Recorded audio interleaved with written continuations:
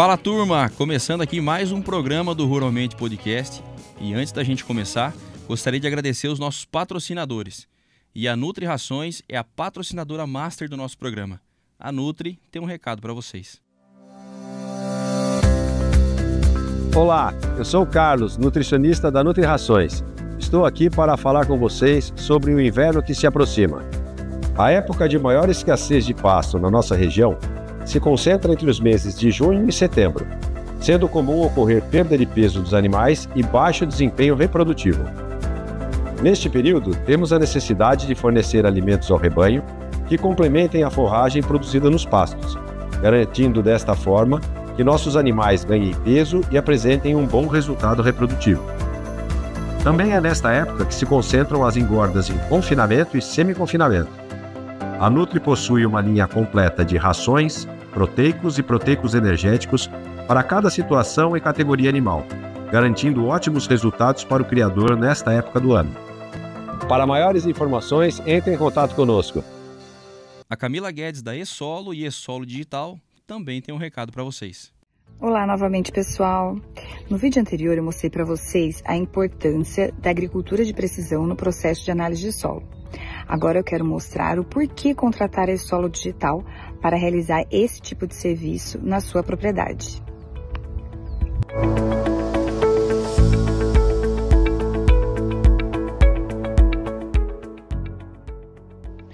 A E-Solo Digital é uma opção mais acessível, democrática e moderna para a contratação do serviço de análise de solo e agricultura de precisão. Você entra em nosso site, escolhe o tipo de serviço e análise e já consegue visualizar o preço de acordo com as opções selecionadas.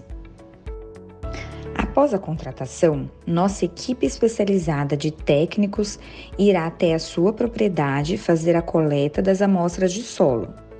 Essas amostras serão enviadas para o laboratório e, após a liberação dos resultados, realizamos o processamento de dados com nossa tecnologia avançada e entregaremos os relatórios detalhados de forma digital. Nossa equipe está sempre à disposição para fornecer suporte e orientação. Queremos garantir que você tenha a melhor experiência.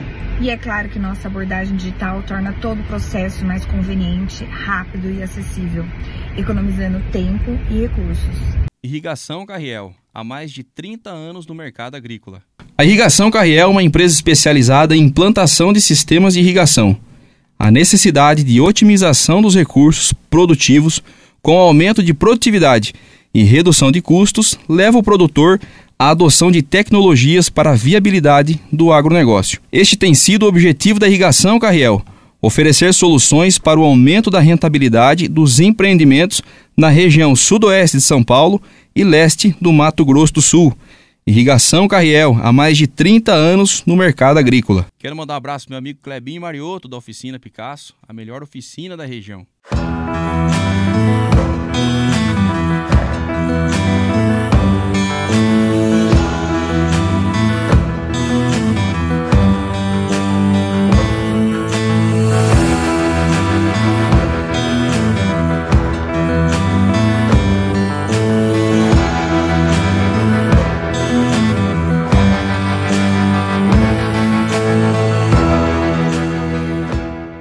E quero agradecer a Rádio Interativa, a rádio que todo mundo ouve.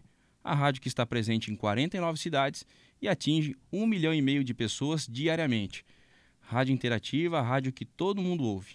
E para falarmos sobre o tema de hoje, o papel do gestor em agronegócios, recebo aqui Maria Cristina Marques, que possui graduação em Engenharia Agronômica pela Unipinhal, é mestre em Agronomia pela Unesp, possui licenciatura em Agricultura pela FATEC e licenciatura plena em Pedagogia pela Unifac.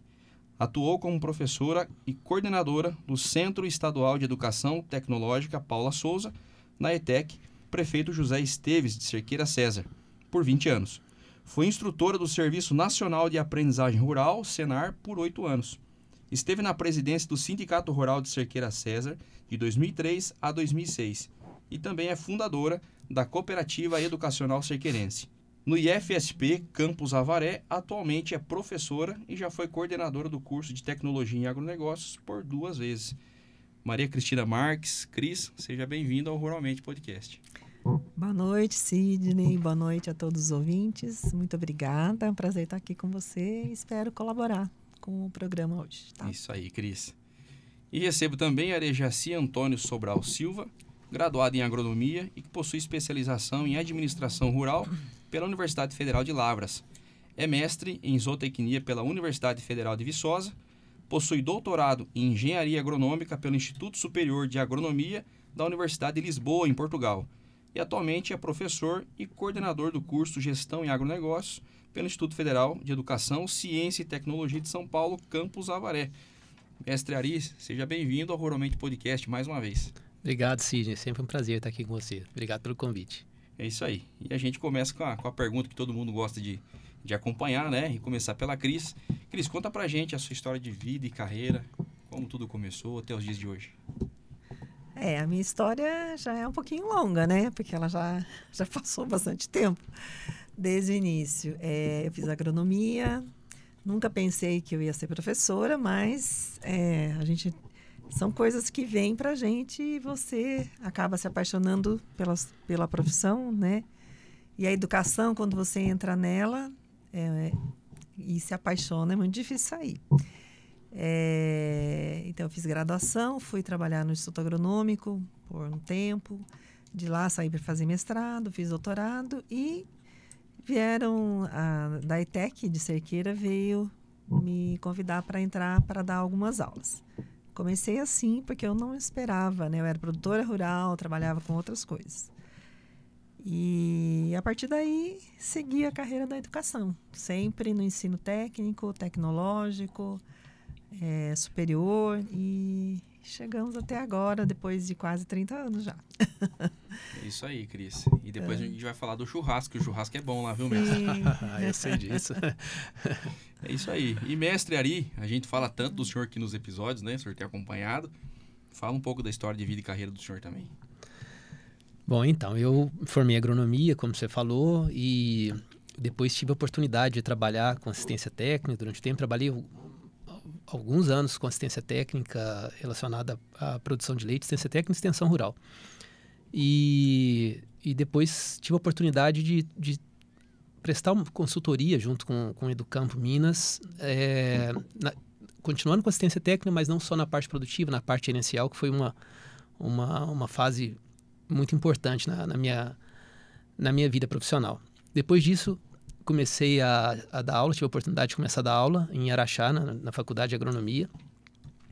E depois disso, em 2014, eu vim para Avaré, entrei no Instituto Federal de São Paulo e estou aqui até hoje, trabalho junto com a Cris lá no Instituto, no curso de agronegócio, em alguns outros cursos também.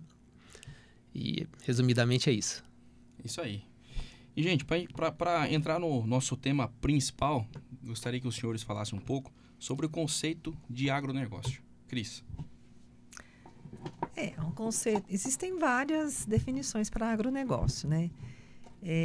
Mas, basicamente, eu não gosto muito de colocar o agronegócio como algo que é o agribusiness, não só agribusiness, né? Uhum. Para mim, principalmente na área educacional, eu acho que o agronegócio ele deve englobar desde o pequeno produtor, agricultura familiar, as agroindústrias e o grande agribusiness também. Uhum. E uma coisa que seria muito interessante nesse conceito de agronegócio é que todas essas classificações elas fossem interligadas. Então, quando a gente trabalha com agronegócio, eu estou trabalhando com cadeias alimentares, principalmente. Por quê? Porque é o produtor rural que é o responsável pela alimentação das pessoas. Porque se ele não fizer, quem vai fazer? Então, o agronegócio, para mim, é isso. É uma interligação de cadeias alimentares que deve abranger desde o pequeno produtor até o grande produtor de agribusiness. Eu acho que isso é importante. E a gente, depois, mais para frente, acho que a gente vai falar um pouquinho disso, né?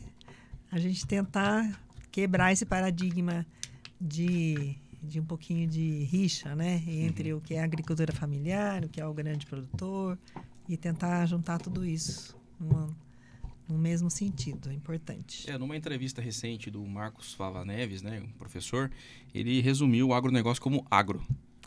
Então ele encurtou a palavra aí, agro. Sim. Que é tudo isso que a senhora falou, né? É isso, mestre? É isso que a Cris falou, sem dúvida. Eu acho só que ela falou o principal, mas vale a pena complementar. Acho que para a maioria das pessoas ver o agronegócio, a agricultura, o agro, como a parte de produção de alimentos, que sem dúvida é a mais importante, em termos econômicos, em termos sociais, sem dúvida. Mas o agronegócio, ou o agro, ele é muito maior e mais complexo. Então, às vezes, a gente esquece, por exemplo, que produção de plantas ornamentais, de flores, está relacionada ao agronegócio. Produção de fibras, né? O tecido das roupas, como algodão, por exemplo, ou a seda, está relacionada ao agronegócio. A produção de biocombustíveis, né? Etanol, ou biodiesel, madeiras, né? Então, os móveis que a gente usa e vários outros equipamentos diariamente produzidos de madeira, tudo isso está relacionado ao agro, à agricultura, né? À pecuária. Então, o agronegócio é muito amplo, é muito complexo.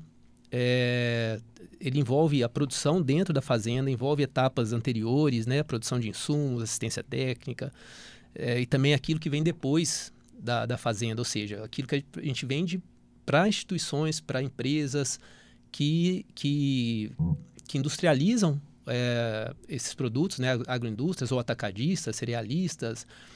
Tudo isso faz parte do grande agro, né? Então, por isso que é tão importante, né? A gente sabe que é muito importante, mas às vezes é bom lembrar dessas coisas que nem sempre passam pela nossa cabeça.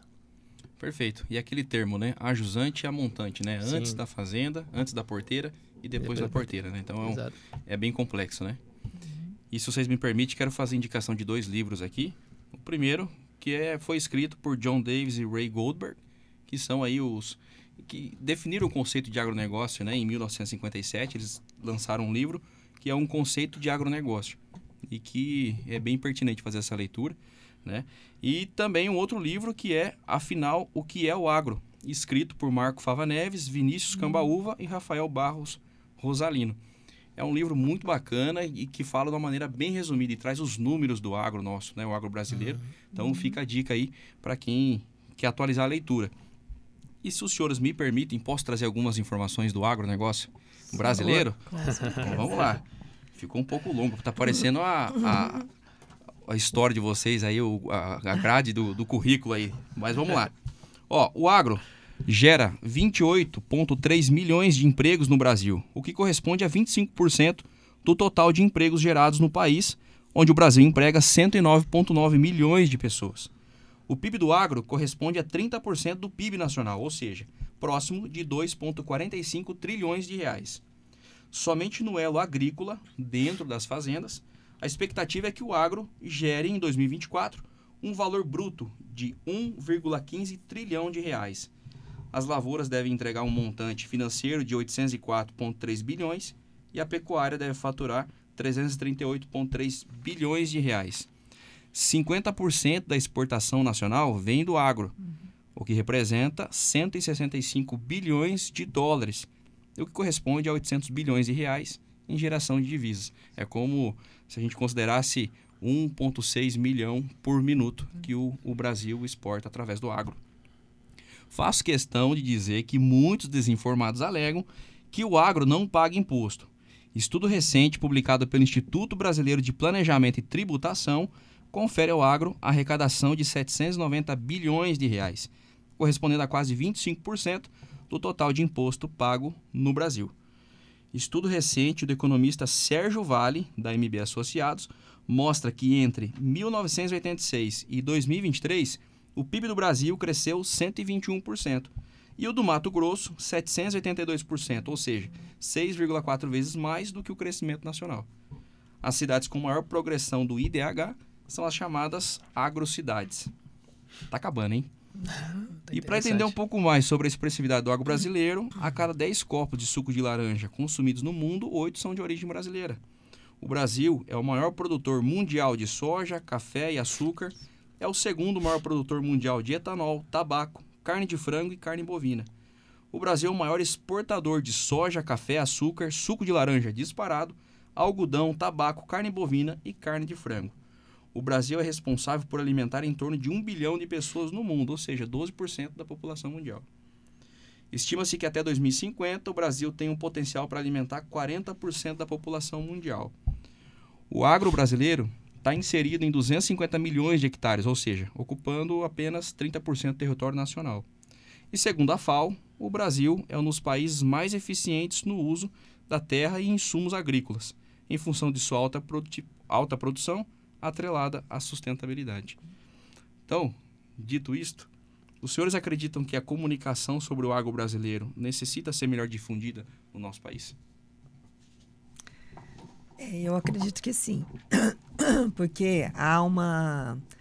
Primeiro, essa questão do marketing, do agronegócio, como essa questão agro é pop, agro é tech, é tudo isso sim.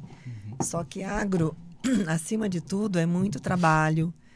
O agro precisaria ter muito mais apoio de diversas áreas. Porque o Brasil, eu falo, as questões que o agronegócio brasileiro passa é muito diferente do que o agronegócio americano passa, do que o agronegócio da Europa passa, do que o agronegócio da China, da Índia e da Rússia. E ele concorre com todos esses mercados. E consegue ser bom e muito bom com esses dados, como que você disse. Então, eu acho que o que precisa ser muito divulgado para as pessoas? Que realmente, eu acredito muito que precisa ser divulgado a questão agro é alimento, agro é emprego, agro é a questão social. Por quê? Porque gera emprego saudáveis, vamos dizer assim. Você não vai ficar morando numa cidade com transporte ruim, com dificuldades. Quem vai para o agro vai ter outros benefícios. E eu acho que se divulgar mais isso, a gente vai ter mais pessoas na área agrícola, que é o que a gente precisa. Não ao contrário, sair as pessoas da área agrícola para ir para a cidade, muitas vezes para ter uma qualidade de vida que não seja adequada. Então, eu acho que precisa, sim, divulgar mais realmente o que é e o que precisa de apoio esse agro. Eu acho que precisa. E o senhor, mestre? O que o senhor acha? Eu concordo plenamente com o que a Cris falou. E eu só, acrescentando, né, a isso, eu acho, eu não sei como falar isso de uma forma que não soe mal, mas assim, nós, seres humanos, a gente tem uma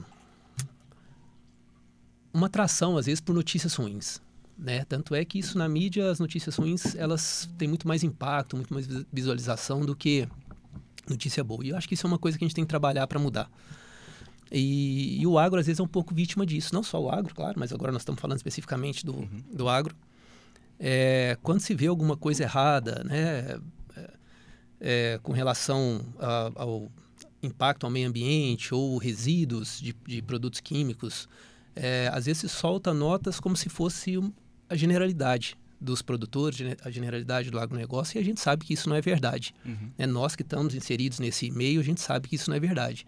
Que a maioria das pessoas, dos produtores, dos técnicos, das pessoas, de todos que estão envolvidos, são pessoas direitas, honestas, como em vários outros setores da nossa economia, várias outras pessoas do nosso país e do mundo. Mas, como em todo negócio, tem as pessoas que não são, né? São minoria, ainda bem, mas existem. E, às vezes, isso faz um barulho maior do que tudo de bom que o agro proporciona para a gente. Mestre, o senhor esteve na Europa, a Cris até acabou de comentar, queria que o senhor desse um parâmetro sobre o agro na Europa, como que funciona lá, o pessoal é subsidiado ou não, como são as condições lá? Na União Europeia tem subsídio sim para o agronegócio, tem para outras atividades também. Mas é engraçado que eu conheci um professor lá, muito bom, uma pessoa que acrescentou muito na minha vida, que é o professor Mário Carvalho, lá de Évora. E esse professor, ele, entre tantas coisas boas que eu ouvi dele, tantas coisas que eu aprendi, ele me falou uma coisa que eu achei muito interessante. Ele falou que o subsídio é um dos motivos pelo qual a agricultura portuguesa não se desenvolve como deveria ser. Porque é um desestímulo a pessoa investir, né? Porque ela sabe que ela vai ter uma renda produzindo ou não, produzindo pouco, produzindo bem. Então, isso causa um desestímulo. Isso é uma fonte de atraso. Isso é uma pessoa que é especialista, muito respeitada no país. E eu achei isso muito interessante, essa visão. Porque, às vezes, e eu não estou falando que subsídio é ruim de tudo, mas estou falando de um aspecto, né, de uma pessoa que tem conhecimento do assunto comentou. Mas, às vezes, a gente fica pensando que isso seria bom para a gente, ou seria o mundo ideal, né? E como tudo na vida tem o lado bom e o lado ruim, né? Em algumas situações, subsídio realmente é positivo, especialmente para quem tem mais dificuldade de acesso a crédito ou usa tecnologia, etc. Mas, no geral, tem esse aspecto de dificultar o desenvolvimento. E o Brasil, como os números que você mostrou, falam, né, como a nossa agricultura, a nossa pecuária tem se desenvolvido rapidamente ao longo dos anos. É sempre um desafio, a Cris falou isso, né, que o trabalho do produtor é um trabalho difícil, é muito arriscado, né? Como todo trabalho tem risco, o do agricultor ele não é feito embaixo de um teto normalmente, né? Tudo que você faz, você é exposto às ações do clima, né? Muito calor, ou é muita chuva, ou é frio, poeira, etc. As pessoas costumam dizer que o agricultor é louco, né? Porque ele enterra dinheiro. E o dinheiro do pecuarista é capim. É verdade. Aliás, tem um livro muito bom que chama O Seu Dinheiro é Capim. E é muito bom, é muito interessante. Fala sobre isso, mas fala o tanto que o capim é importante para tudo isso que você falou, né? Para chegar nesses números importantes da pecuária brasileira, etc. Então, dinheiro é capim, mas no bom sentido, nesse caso. É isso aí. Ô, Cris, e a senhora comentou agora há pouco, né, sobre a agricultura familiar. Eu trouxe esses números aqui do agronegócio e dentro desse contexto está inserido a agricultura familiar também, né? Queria que a senhora falasse um pouco sobre a agricultura familiar. É outra questão que eu acho que precisa também ser trabalhada, inclusive e principalmente com os agricultores familiares, né? Existe também aquele paradigma, agricultura familiar não tem tecnologia, agricultura familiar, ela deve ser subsidiada. E uma coisa que eu acho que é muito importante a gente separar, eu também não sou muito favorável a subsídio, mas eu sou favorável a fomentos, que é uma coisa diferente. Por quê? Você pegar a capacidade de autogerenciamento de um grande produtor e de um pequeno produtor, ela é muito diferente. E, realmente, os dois precisam de fomentos, só que em condições diferenciadas. E isso é importante. Então, isso precisa ser esclarecido também para as pessoas e principalmente para os produtores, porque dentro do próprio agro existem muitas pessoas que não conseguem compreender isso. E aí fica essa luta, né? Ou é tudo lá ou tudo cá, né? Eu falei que eu sou a pessoa hoje do meio termo. Eu acho que tudo tem que ter um meio termo, né? Exatamente. Mas precisa ter fomento. Por quê? Porque são condições muito diferentes. E a agricultura familiar, hoje, ela é responsável por mais de 80% do que chega na comida da mesa do brasileiro. Por quê? Porque o que o brasileiro come a gente não come commodity. A gente usa alguns produtos que a commodity produz, mas não é a base alimentar, né?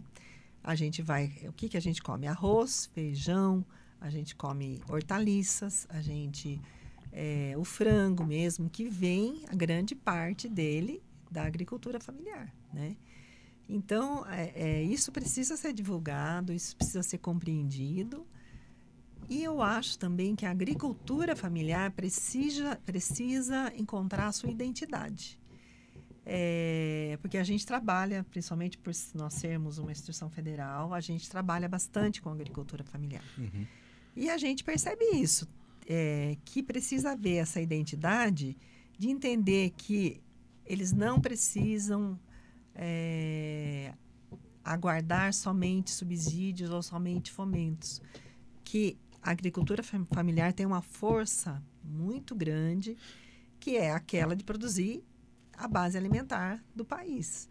E se isso for compreendido, que eu consigo usar a tecnologia, eu consigo trazer técnicas que são usadas em grandes produtores para a agricultura familiar, usando equipamentos adequados, usando equipamentos que se adequam ao tamanho da propriedade. Tudo isso vai modificar a cara da nossa agricultura familiar. E a gente precisa ter investimento nisso, trazer ou abrir mercado para que venham esses equipamentos de fora e o produtor possa ter acesso a isso. E é importante. Atrelado a isso, a senhora acha que o pequeno produtor da agricultura familiar, ele tem tido acesso a linhas de crédito, por exemplo, para poder se tecnificar, comprar um equipamento? Sim. O que a senhora acha? A senhora acha que está chegando para a agricultura familiar? Eu acho que está chegando, só que qual que é a dificuldade que a gente vê da agricultura familiar? Você tem pessoas que muitas vezes não sabem fazer um projeto para um banco. Eles precisam dessa ajuda. E depois, a execução do projeto, eles sabem fazer e muito bem. Mas precisam dessa assessoria jurídica, assessoria do projeto, de uma assistência técnica. Essa assessoria, eles precisam. Por quê? Por exemplo, se você pegar o grande produtor, ele tem uma assessoria que já vem das empresas, muitas vezes. A maior parte dos grandes produtores tem assessoria das próprias empresas. Por quê? Porque as grandes empresas de semente, principalmente, é ali que é o foco do ganho de toda a rede, né? Da cadeia, que é assim mesmo. Um grande produtor vai plantar, a grande empresa vai vender a semente e ela tem interesse nessa assessoria toda. E o grande produtor tem mais essa assessoria.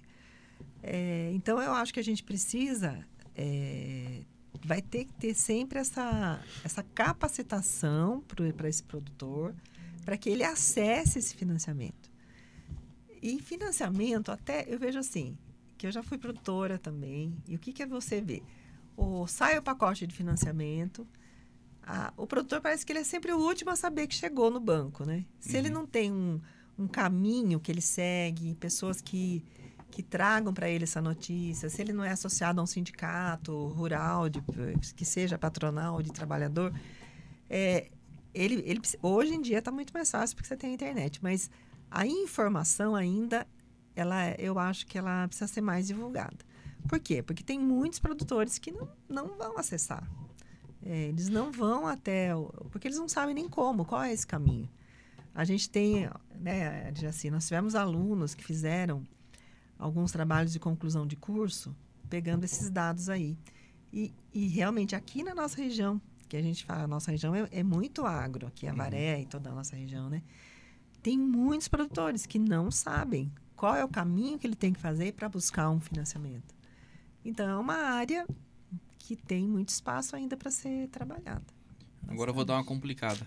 Como que a senhora acha que é possível resolver esse problema? Os grandes teriam que passar a ter um olhar mais detalhado para esses que são pequenos? Como que a senhora acha que poderia facilitar esse impasse? Olha, eu acho que um grande papel nisso tudo são das instituições de extensão rural, que a gente deveria ter mais fomento para que essas instituições não parem de trabalhar. Seja, principalmente as públicas. Eu acho que a gente precisa de fomento nessa área. E as particulares também, porque o que leva a informação ao produtor rural, tanto para o grande quanto o pequeno? É a extensão rural. E se você não tem uma extensão rural fortalecida, essa informação tem mais dificuldade de chegar. E outra coisa, a extensão rural, ela vai aplicar o quê? O que a pesquisa faz e o que o ensino faz. Então, eu acho que essas 3 tripés, que daí, puxando um pouquinho para o Instituto Federal, né, Jaci? O Instituto Federal é uma escola que ela tem esses 3 tripés. Ela tem o ensino, a pesquisa e a extensão. E a gente percebe, desde 2011 que nós estamos aqui na região de Avaré. E a gente vem agora entrando mais com os produtores e consegue ver esses problemas. Então, o que realmente precisa? Uma extensão fortalecida, uma pesquisa fortalecida, um ensino fortalecido e instituições que deem valor monetário para que isso seja abastecido. Se isso vai vir de uma cota de contribuição do grande produtor ou não, isso depende da gestão, que já não é... A gente não consegue controlar isso, né? Eu sou favorável, eu acho que tem que distribuir renda sim, eu acho que é importante, mas não é todo mundo que concorda com isso, mas eu acho que sim, porque senão nós temos que caminhar como país, a gente não pode caminhar isoladamente só por interesse particular de cada um, a gente tem que caminhar como país, e para fazer isso tem que distribuir. É isso aí, eu acho que só um ponto-chave nisso tudo é a comunicação, né? Sim. A gente acabou de falar, né? Falta comunicação de todos os lados, né? E principalmente entre os produtores, né? A gente tem que se unir nessa. Mas vamos lá. E sobre o curso Gestão em Agronegócios do FSP? Como se inscrever? E mais uma pergunta. Existe programa de auxílio financeiro para alunos do IFSP? Eu só queria fazer uma denúncia aqui. Paulo Diogo, futuro prefeito de Duartina. Verdade. Paulo Diogo pegava o dinheiro do auxílio creche e gastava no bar, viu? Denúncia, Diogo. Viu, Paulo? Um abraço, Paulinho. Se você for se candidatar a prefeito, eu vou lá votar em você. Já ganhou. A principal forma de ingresso no Instituto Federal é pelo Enem Sisu, né? E no nosso campus aqui, o Instituto Federal de São Paulo, Campus Avaré, são oferecidas 40 vagas por ano no curso noturno. Mas esse é o principal, mas não é o único, né? A pessoa, por exemplo, que já tem diploma em outro curso, ela todo ano sai um edital para diplomados, ou seja, a pessoa quer fazer o agronegócio como segundo curso, então ela tem um edital específico, ela pode entrar independente do Enem Sisu. Então, é outra forma. A pessoa que tenha diploma em qualquer área. E é claro que se for áreas correlatas, ela ainda elimina as disciplinas que ela já fez, etc. Isso é avaliado, mas tem essa possibilidade. Eu posso fazer de novo ou não? O mesmo curso? É. Agora só se for como professor. Ah, não. Deixa pra próxima, então. Deixa pra quem sabe, então.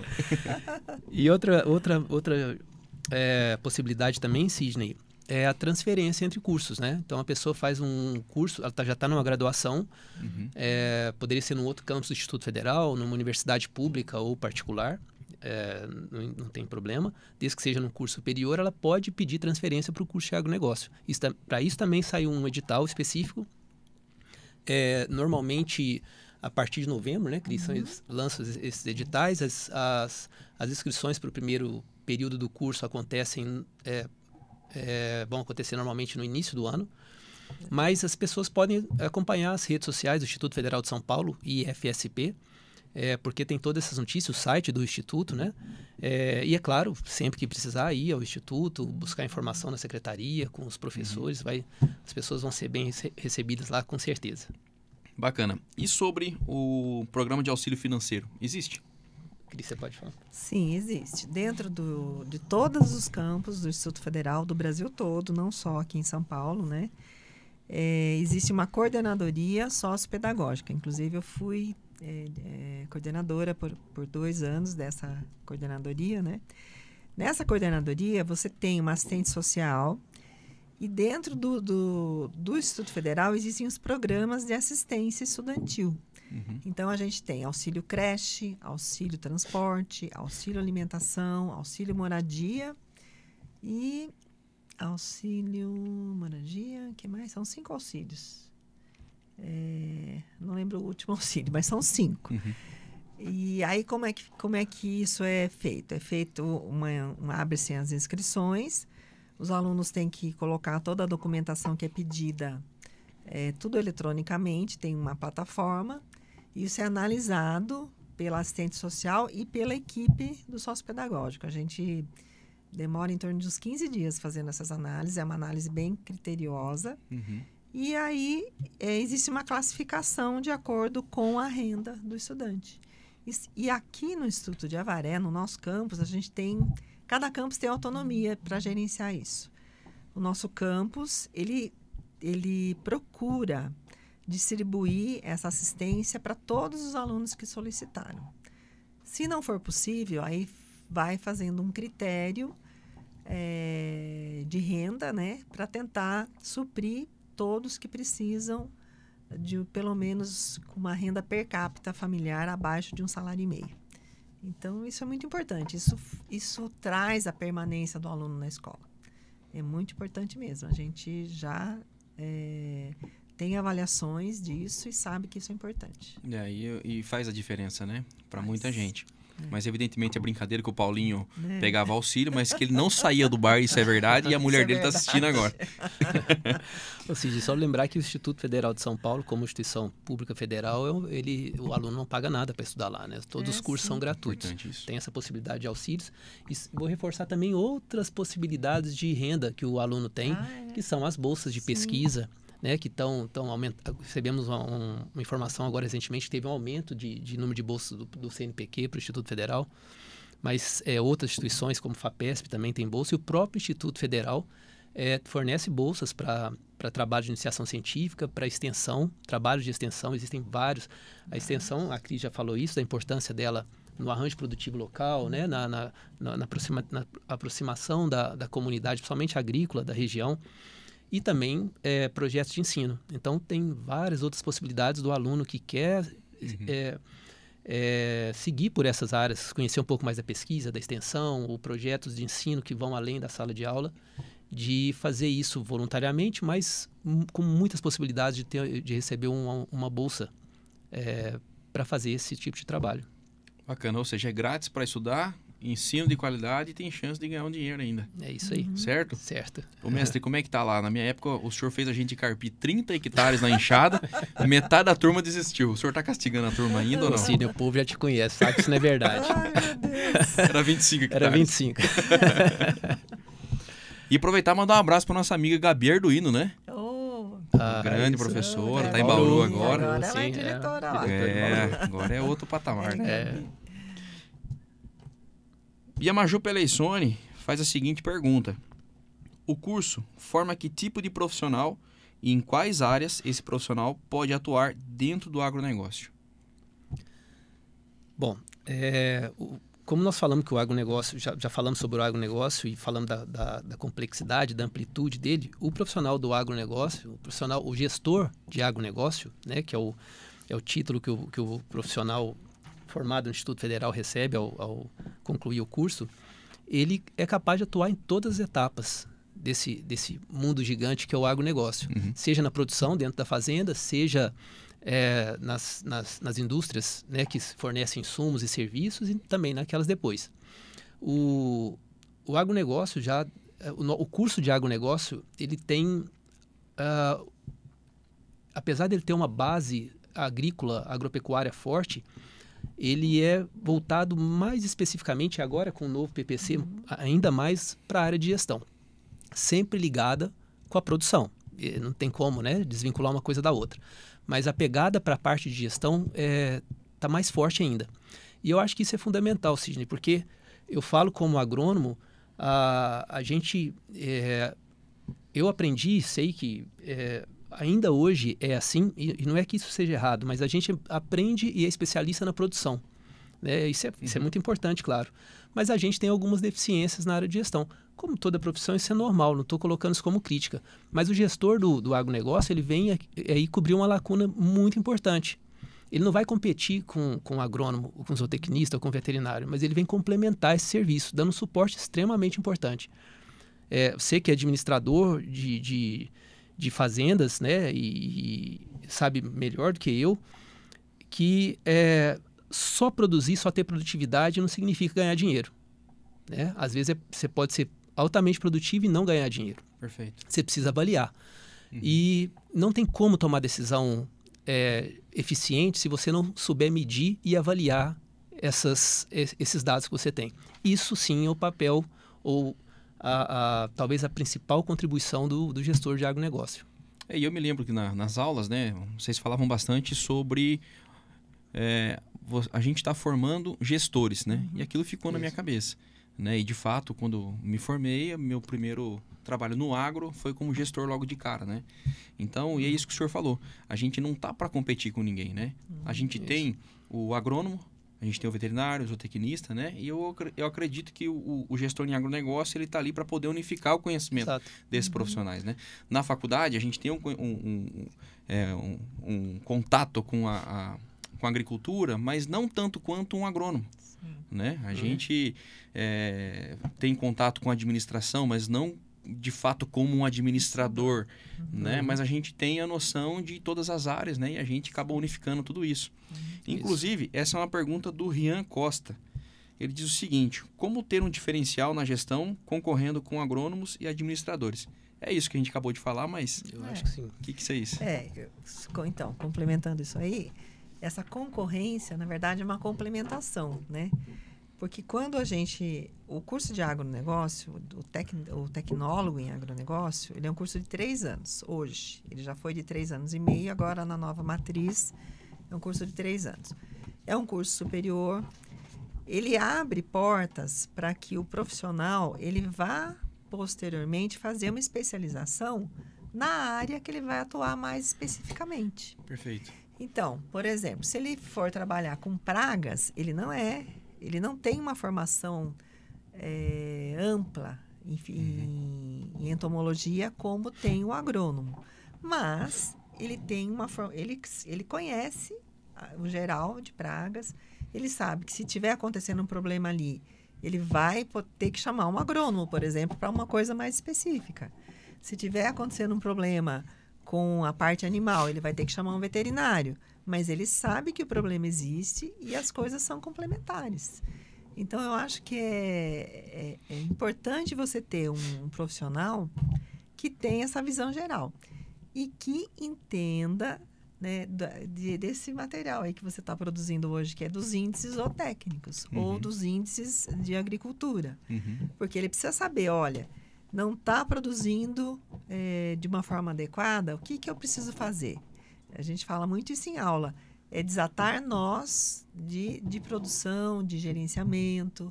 A equipe não está trabalhando bem, porque ele trabalha a gestão de pessoas. O que eu posso usar ali para melhorar o trabalho da equipe? Então, eu acho que é um trabalho complementar, é uma visão geral, não é específica, como do veterinário, como do agrônomo. Agora, a gente tem também o engenheiro de biosistemas, que é uma outra área que também está mais recente, tem em torno de 6 a 7 anos, né? E que também engloba tudo isso. Então, são várias áreas. Sinal de que há local para esses profissionais trabalharem, né? O agro está crescendo e precisa. Então, eu acho que são profissões complementares, não concorrentes. Né? E é isso que o professor falou agora de pouco. E eu preciso defender o meu peixe agora também, que eu sou um gestor em agronegócio, né? Eu acho que a nossa profissão vem muito para viabilizar atividades já estabelecidas. Por exemplo, a produção de soja, né? É o que o senhor falou. Todo mundo sabe produzir uma soja, né? Mas e qual que é a eficiência disso? Qual que é o meu custo? Qual que é a minha margem? Minha taxa de retorno tá legal? Não tá? Como é que eu viabilizo tudo isso, né? Na pecuária, agricultura e tudo mais. Então, assim, vendendo o nosso peixe aqui, eu acho que é muito isso. É viabilizar as atividades que já são consagradas, que já estão estabelecidas, mas a gente precisa, né, dar um passo além. Uma coisa a mais, que a pergunta do Rian, Rian, né? Rian Costa, ele perguntou como se destacar ou se diferenciar, não é? Como se diferenciar. Então, eu acho que aí isso tudo que nós falamos, mas aí tem um aspecto pessoal, de comprometimento, no meu ponto de vista. Que a pessoa que quer se destacar na profissão, qualquer que seja, ela tem que ser comprometido, se esforçar. Né? Eu costumo falar para meus alunos que nunca mais na vida eles vão parar de estudar. E não tem jeito mesmo. Né? Eu já estou formado há mais de 30 anos, não paro de estudar. A Cris, a mesma coisa.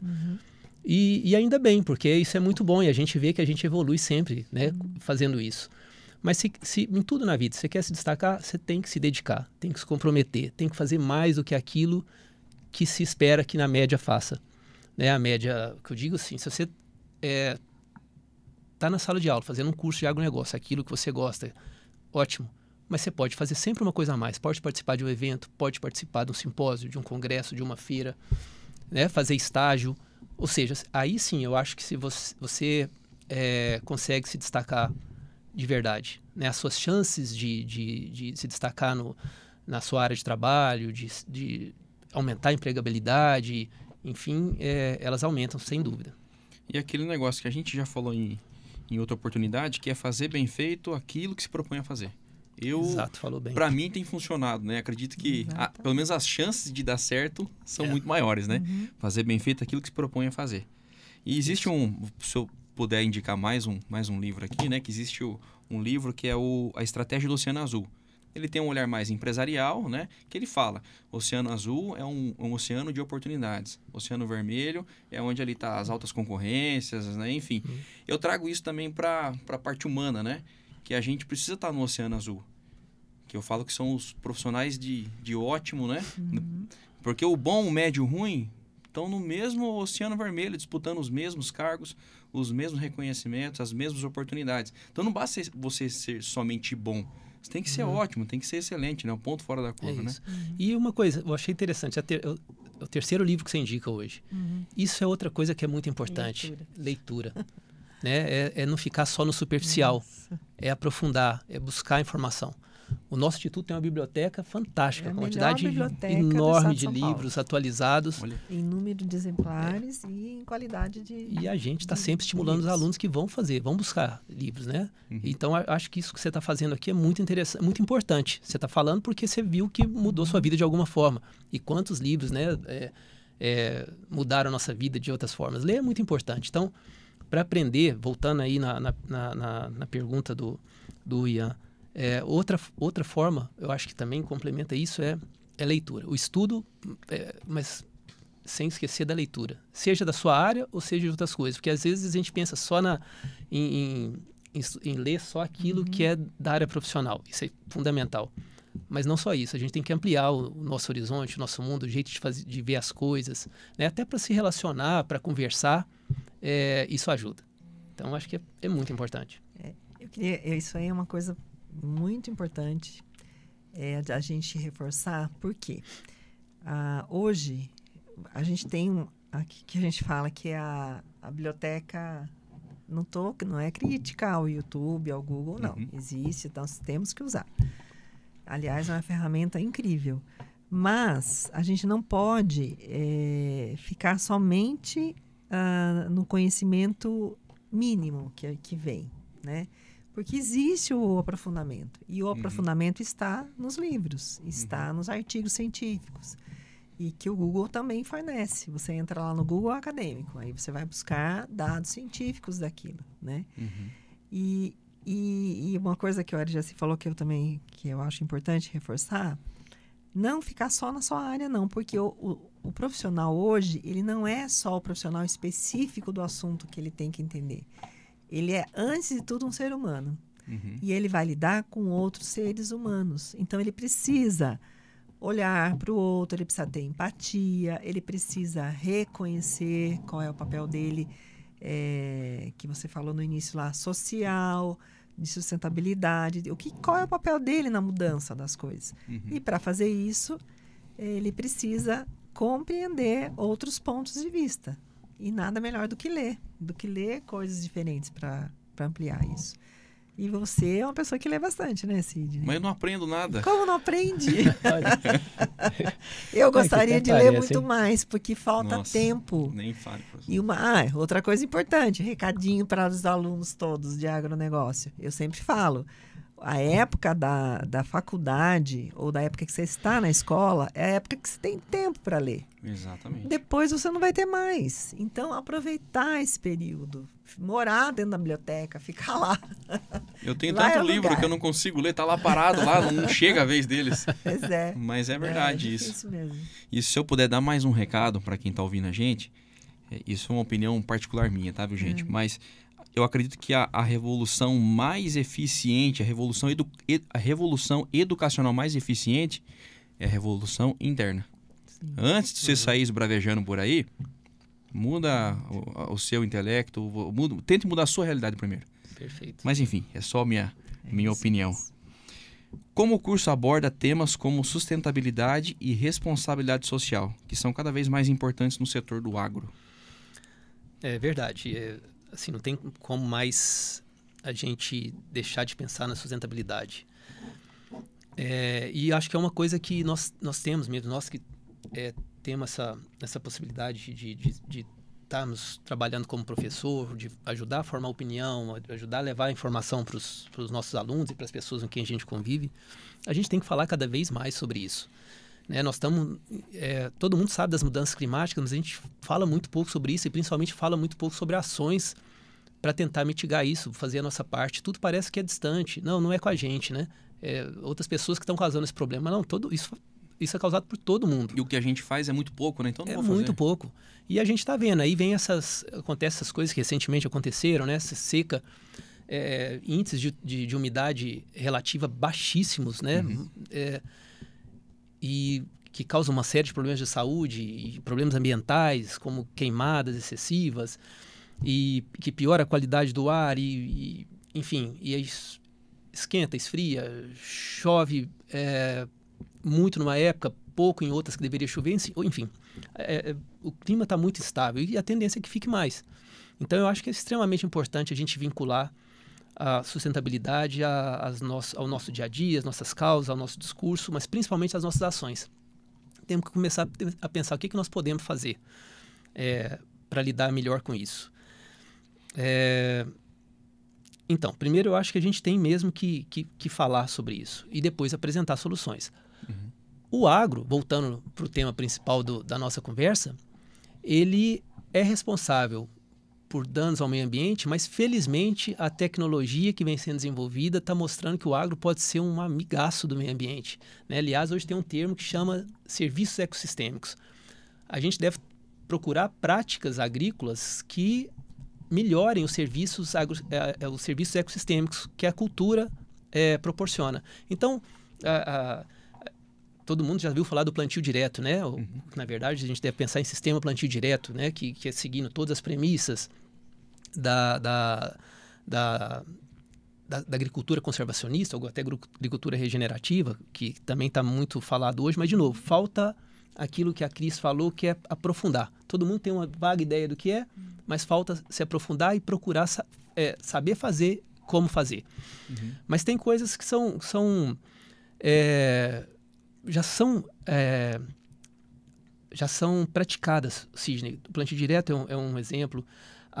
O cultivo permanente do solo, vocês usam lá a agricultura, adubos verdes, né, as plantas de cobertura, para não deixar mais solo exposto. A ideia de pousio, de deixar solo descansado, isso caiu por terra. Né? A gente sabe que quanto mais o solo é vegetado, desde que a gente reponha nutrientes necessários, a gente aumenta a vida no solo, a biota do solo, estimula a vida no solo, estimula todos os processos que são influenciados por esses organismos, né? Seja macro, seja micro, etc. Aumenta a saúde do solo, que é um termo novo, mas que você tem trabalhado com isso aqui no Ruralmente, que a gente precisa conhecer mais e passar mais para o produtor. Né? Hoje a gente não pode pensar mais em fertilidade do solo como nutrição com mineral, ou que seja orgânica, né? Mas é muito mais que isso. A gente pensa em saúde do solo, a gente tem que ter um solo saudável. Tem inúmeros trabalhos mostrando que os solos com o mesmo nível de fertilidade, se um for mais saudável que o outro, ou seja, tiver mais atividade microbiana, maior teor de matéria orgânica, a produtividade é maior, né? Sem gastar nem um centavo a mais. E já tem métodos para a gente analisar isso, que já são fáceis. Eu sei que também você já tem trabalhado isso aqui no Ruralmente. Então, como eu falei, o agro, ele é parte do problema, mas ele é parte da solução também. E isso é que é interessante. Então, a gente tem que aprender mais, aprofundar mais e praticar mais. Isso é o que eu... E a gente tem tentado cada vez mais fazer isso na escola, né? Com os nossos alunos, nos trabalhos de extensão que a gente faz, no convívio que a gente tem com produtores. Por exemplo, existe algumas coisas... eu falo sempre do solo, porque você sabe que é uma área que eu gosto muito, né? E tem umas tecnologias que não são tão recentes, mas ainda são tão pouco praticadas, né? Às vezes a ciência já desenvolveu tecnologias, mas a gente às vezes deixa um pouco de lado. Então tem algumas formas de você diminuir aumentar a eficiência de uso de nutrientes pelas plantas, ou seja, o fertilizante que a gente aplica, eu quero adubar as plantas. Então, quanto mais a planta conseguir aproveitar disso, menos nutrientes sobra no solo. Quando o nutriente sobra no solo, a planta não aproveita, ele está sujeito a processo de perdas. E isso significa, de forma bem resumida, poluição. Seja ambiental, seja para o meio aquático, seja para as pessoas, seja para a biota do solo, que pode causar interferência na saúde do solo. etc. Então, existe tecnologia, por exemplo, existe o conceito lá dos 4 Cs, né, do aplicar o produto certo, na hora certa, na dose certa, ou seja, são coisas que são conhecidas. Aí a gente vê muita gente fazendo, ouviu falar que tal pessoa aplicou toda a adubação antes da semeadura, por exemplo. E aí, isso para uma ou outra situação pode ser viável, mas isso não é interessante. Como eu estou falando, é básico saber que o adubo que eu estou aplicando, eu quero que a planta use. Se eu aplico todo o meu adubo quando não tem planta no solo, é lógico pensar que a eficiência de uso vai ser baixa. Ou seja, eu vou ter fatores de perdas expressivos. Isso significa dinheiro indo embora, mas hoje a gente tem que lembrar que muito mais que isso, né? Isso vai ter um impacto ambiental e vai ter impacto na saúde humana também. Então, falei sobre solo, mas a gente tem várias outras situações que a gente pode ilustrar sobre isso. É isso aí. O Vicente Roberto Júnior diz o seguinte: como analisam a IA, inteligência artificial? Como ela poderia afetar positivamente ou não o gestor agro? E aí, Cris? A inteligência artificial, nós estamos começando a trabalhar com isso lá no Instituto também, vamos aprender mais sobre isso, porque ela é uma realidade, ela está aí, né? Só que eu acho que ela tem que ser usada para coisas boas, né? Porque o uso para outras áreas também está crescendo bastante. Dentro do agronegócio, inclusive na área de sustentabilidade. Você tem como utilizar a inteligência artificial para previsões, para simulações, para trazer, você fazer, principalmente para simulações, né? Simular coisas antes que elas aconteçam. Trazer eficiência na formulação de padrões que já existem que a gente tem dificuldade de manejar esses padrões de forma rápida. Então, a inteligência artificial, estudando esses padrões, ela vai trazer essas respostas de forma mais eficiente. Isso é importante. Uma questão também que eu acho importante dentro da inteligência artificial é desburocratizar certos processos. Por quê? Porque como ela trabalha com frequências, algoritmos, ela já vai direto ao ponto de uma forma mais fácil. Eu acho que isso vai ajudar bastante em muitas coisas. Junto com a informatização, junto com hoje nós temos dentro do agronegócio a questão da agricultura de precisão, que eu acho que a inteligência artificial vai colaborar muito com a agricultura de precisão. A gente consegue imaginar o que vai ser o trabalho no campo daqui a 30 anos? Quantos robôs vamos ter no campo ou não? Com certeza vamos ter. Então, eu acho que vai estar presente, vai daqui para frente, muito, né? No sentido... Agora, a gente precisa clarear isso. Eu não tenho medo de tecnologia, eu acho que... Mas ela precisa...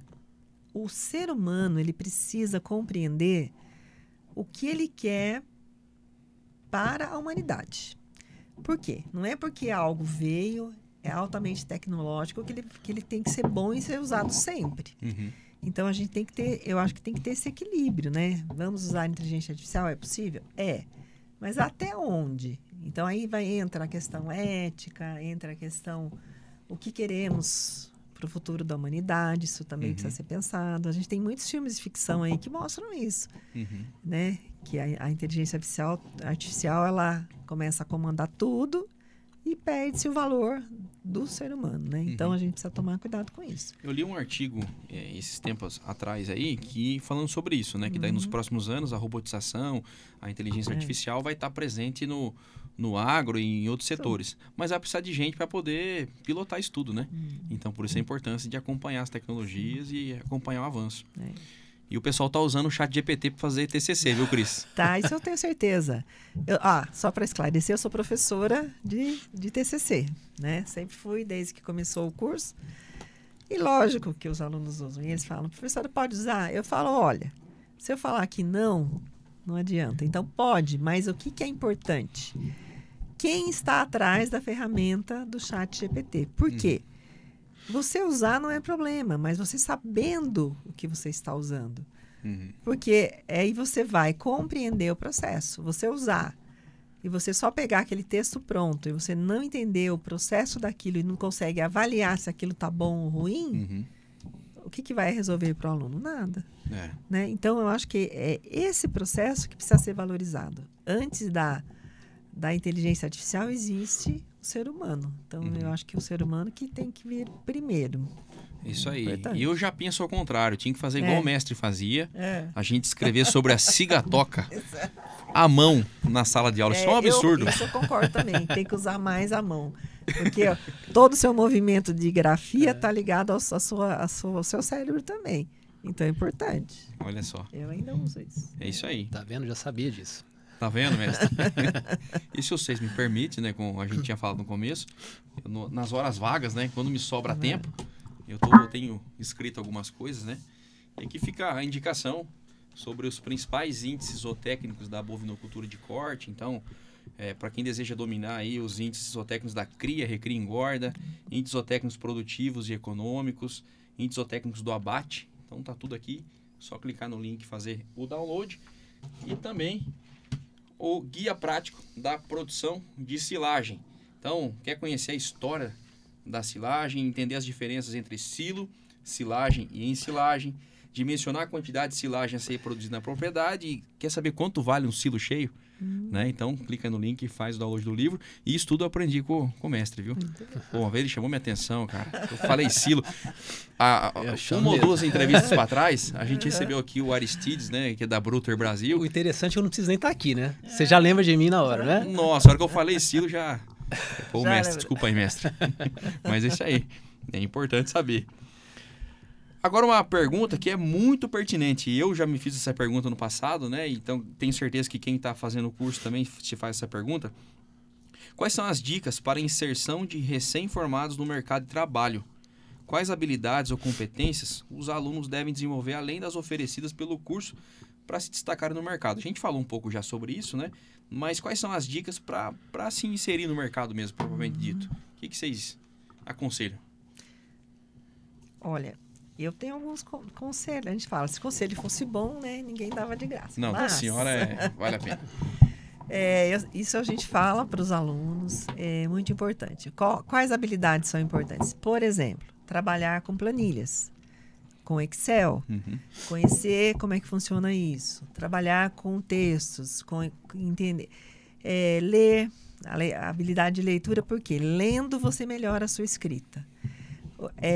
Saber se comunicar, saber mandar um e-mail, porque você vai, por exemplo, você vai solicitar um emprego em algum lugar. Você tem que saber mandar um e-mail, você tem que saber... Ortografia, né? Muito importante. Ortografia. Uma coisa importante, uma segunda língua, né? Um inglês, um espanhol. Não gosto de inglês, mas gosto do espanhol, então gosta do francês, gosta de uma outra língua latina. Mas é importante ter uma segunda língua. Por quê? Principalmente dentro do agronegócio, você vai ter muitas oportunidades de trabalhar com coisas externas. E é importante, se você tem uma segunda língua, você já tem uma diferenciação. E hoje dá para aprender sozinho, dá para aprender. Só ao invés de ficar, eu falo isso também para os alunos, né, Arijaci? Ao invés de ficar em outros canais lá dentro da internet, vai fazer cursos gratuitos que se tem, vai buscar. Tem bastante. Né? Tem muito. E eu acho que uma grande habilidade, aquilo que você falou, da comunicação e da empatia com o que você vai fazer. E outra coisa que a Arijaci já colocou, comprometimento. O bom profissional, ele precisa ter isso, comprometimento. Uma coisa que é muito complicada você ouvir de qualquer profissional, isso aqui não é minha função. Essa frase, para mim, assim, nunca, vou dizer nunca, mas assim, eu acho que eu nunca falei, porque eu acho que a Arijaci também acho que nunca falou. Eu acho que você também, Sidney, você nunca falou. Por quê? Porque é a questão do comprometimento. Você tá numa determinada situação de de atuação profissional, você tem que se comprometer. Não tenha isso, não é a minha função. Ela pode não é que você vai fazer aquilo sempre, mas você naquele momento precisa fazer coisas que às vezes não é sua função. Vai lá, faz, você vai ser reconhecido por isso. É importante. Então, eu acho que ter essa mentalidade de disponibilidade, isso é muito importante. É isso aí. A gente está chegando ao final, né? Mas eu queria destacar que é importante a gente fazer leitura, a gente correr atrás de curso, enfim. Mas eu queria enaltecer aqui a importância do professor, né? Que o professor ele tem a responsabilidade e a felicidade de mudar a vida das pessoas para melhor, né? Consequentemente, acaba mudando a vida dos familiares, né? E, consequentemente, melhorando a sociedade como um todo. Então, assim, toda vez que eu tenho a possibilidade de agradecer aos professores, aos senhores, né? Aos bons professores que passam pela vida da gente, então, faço questão de agradecer, obrigado, que faz toda a diferença na nossa vida. E o estudo é a prova, eu sou a prova viva de que o estudo muda a realidade das pessoas, né? Então, eu sou muito grato aos senhores e a todos os bons professores que passaram pela minha vida. E mandar um abraço também para a nossa querida Luciane, né? Que furou com a gente, era para estar aqui hoje, né? Foi bom Lu, você falar. Um abraço, Lu. E é isso, Cris, Ari, obrigado, viu, gente? Obrigado por todo o ensinamento e por toda a parceria. Obrigada por estar aqui, gostamos muito, né, Ari? Muito obrigado mesmo. Boa essa muito participação. bom. Sempre bom estar com você, né? Muito sucesso. Que hoje é um parceiro, né, Cris? A gente de vez em quando chama e falei para ele, precisamos levar ele de novo para o Instituto para ensinar mais algumas coisas lá para a gente. Mas muito bom, obrigado mesmo. Mestre Ari, obrigado. Cris. E parabéns pelo programa, que tá muito bom. Tá muito bom. Obrigado. O segredo do programa, eu sempre falo, é quem tá desse lado aí, né? Esse que é o segredo. E, Cris... E as perguntinhas que você faz, né? Que são muito boas também. É o chat GPT, Cris. E, Cris, agora vamos marcar o próximo churrasco, hein? Que esse... É só assim pra gente reunir a turma, viu? Obrigado, gente, mais uma vez. E eu quero agradecer aqui a Nutri Rações, que é a patrocinadora master do nosso programa, E-Solo e E-Solo Digital, Irrigação Carriel, Oficina Picasso e a Rádio Interativa. E quero agradecer a você também que nos acompanha. Esse foi mais um programa do Ruralmente Podcast e a gente se vê na próxima.